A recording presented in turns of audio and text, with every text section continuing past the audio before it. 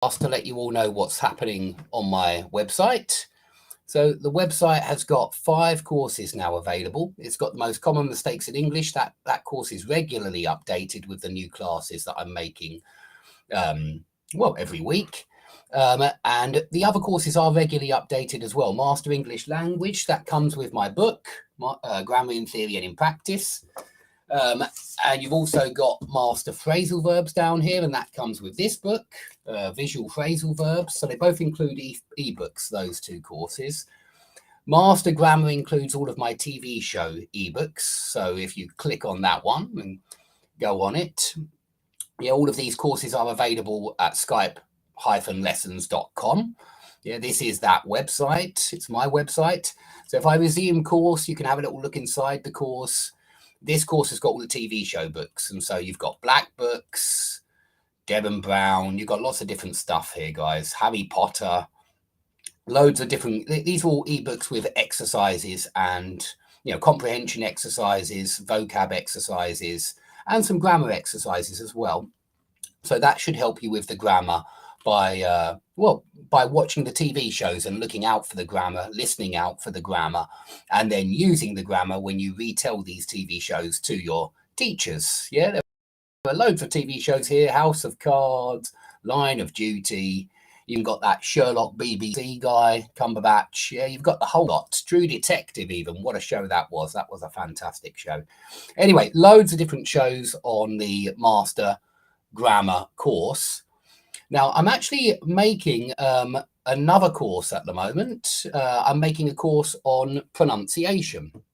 And so for pronunciation, we're going to do a lot of poetry. I thought I'd read a little bit of poetry as it's a Saturday morning. And I actually think reading poetry in the morning is an excellent way to improve your pronunciation.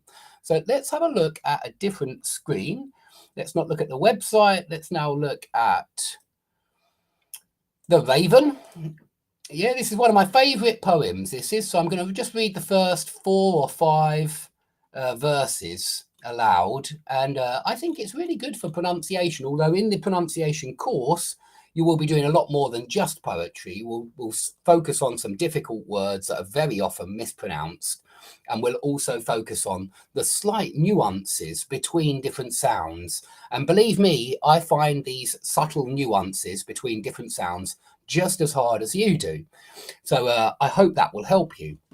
So let's have a look at this poem now. But please, if anybody would like to buy any of these courses, then you either buy it on the website where you can buy it immediately.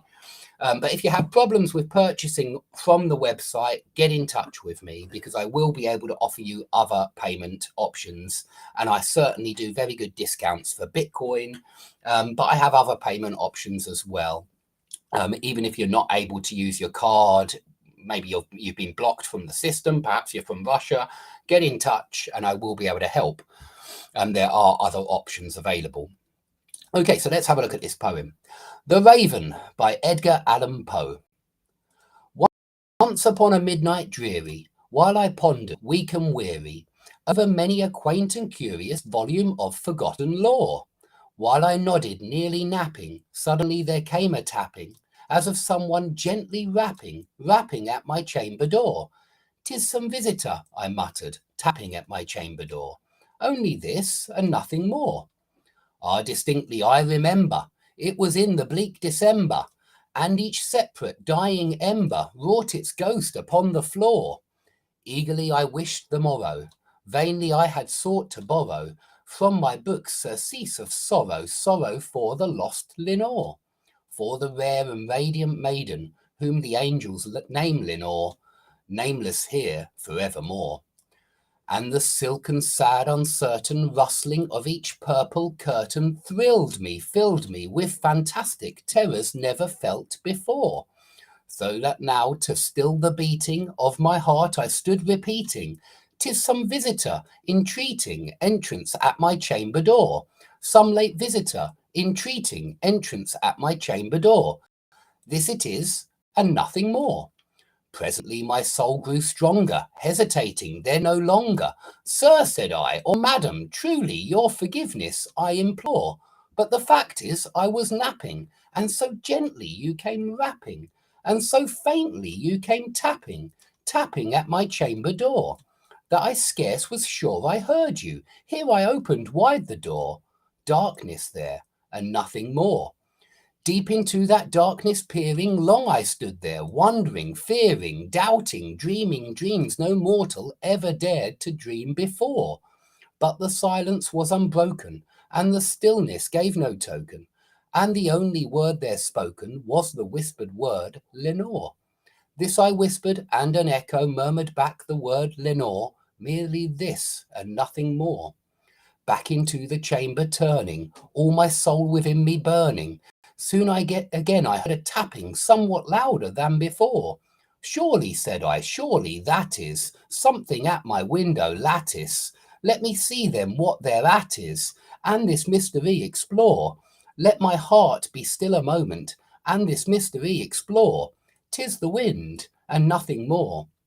Open here I flung the shutter, when with many a flirt and flutter in there stepped a stately raven of the saintly days of yore. Not the least obeisance made he, nor a minute stopped or stayed he, but with mien of lord or lady, perched above my chamber door, perched upon a bust of Pallas, just above my chamber door, perched and sat, and nothing more. Then this ebony bird beguiling my sad fancy into smiling by the grave and stern decorum of the countenance it wore. Though thy crest be shorn and shaven, thou, I said, art shorn, O craven, ghastly, grim, and ancient raven, wandering from the nightly shore. Tell me what thy lordly name is on the night's Plutonian shore. Quoth the raven, nevermore.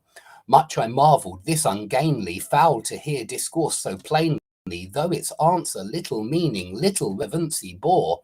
For we cannot help agreeing that no living human being ever yet was blessed with seeing bird above his chamber door, bird or beast upon the sculptured bust above his chamber door, with such name as nevermore. But the raven sitting lonely on the placid bust spoke only that one word, as if his soul in that one word he did outpour. Nothing farther then he uttered, not a feather then he fluttered, till I scarcely more than muttered, other friends have flown before. On the morrow he will leave me, as my hopes have flown before. Then the bird said, nevermore. Startled at the stillness broken by reply spoken. Doubtless, said I, what it utters is its only stock and store. Caught from some unhappy master, whom unmerciful disaster followed fast and followed faster, till his songs one burden bore, till the dirges of his hope that melancholy burden bore, of never, nevermore. But the raven still beguiling all my fancy into smiling, straight I willed a cushioned seat in bed and bust and door.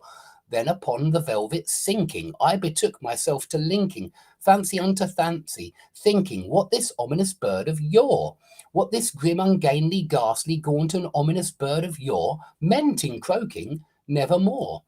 This I sat engaged in guessing, but no syllable expressing to the fowl whose fiery eyes now burned into my bosom's core. This and more I sat divining, with my head at ease reclining on the cushion's velvet lining that the lamplight gloated o'er, but whose velvet violet lining with the lamplight gloating o'er she shall press, nevermore. Then methought the air grew denser, perfumed from an unseen censer, swung by seraphim whose footfalls tinkled on the tufted floor. Wretch, I cried, thy God hath lent thee, by these angels he hath sent thee, respite, and nepenthe from thy memories of Lenore. Quaff, oh quaff this kind nepenthe, and forget this lost Lenore. Quoth the raven, nevermore. Prophet, said I, thing of evil, prophet still if bird or devil, whether tempest sent or whether tempest tossed thee here ashore, desolate yet all undaunted, on this desert land enchanted, on this home by horror haunted. Tell me truly, I implore, is there balm in Gilead? Tell me, I implore. Quoth the raven, nevermore. Prophet, said I, of evil, prophet still if bird or devil, by that heaven that bends above us, by that God we both adore, tell this soul with sorrow laden, if within the distant Aidenn it shall clasp a sainted maiden, whom the angels name Lenore. Clasp a rare and radiant maiden, whom the angels name Lenore. Quoth the raven, nevermore. Be that our sign of parting, bird or fiend, I shrieked upstarting, get thee back into the Tempest and the night's Plutonian shore. Leave no black plume as a token of that lie thy soul hath spoken. Leave my loneliness unbroken. Quit the bust above my door. Take thy beak out from my heart, and take thy form from off my door. Quoth the raven, nevermore. And the raven, never flitting, still is sitting on the pallid bust of Pallas just above my chamber door, and his eyes have all the seeming of a demon's that is dreaming, and the lamplight o'er him streaming throws his shadow on the floor. And my soul from out that shadow that lies floating on the floor shall be lifted nevermore.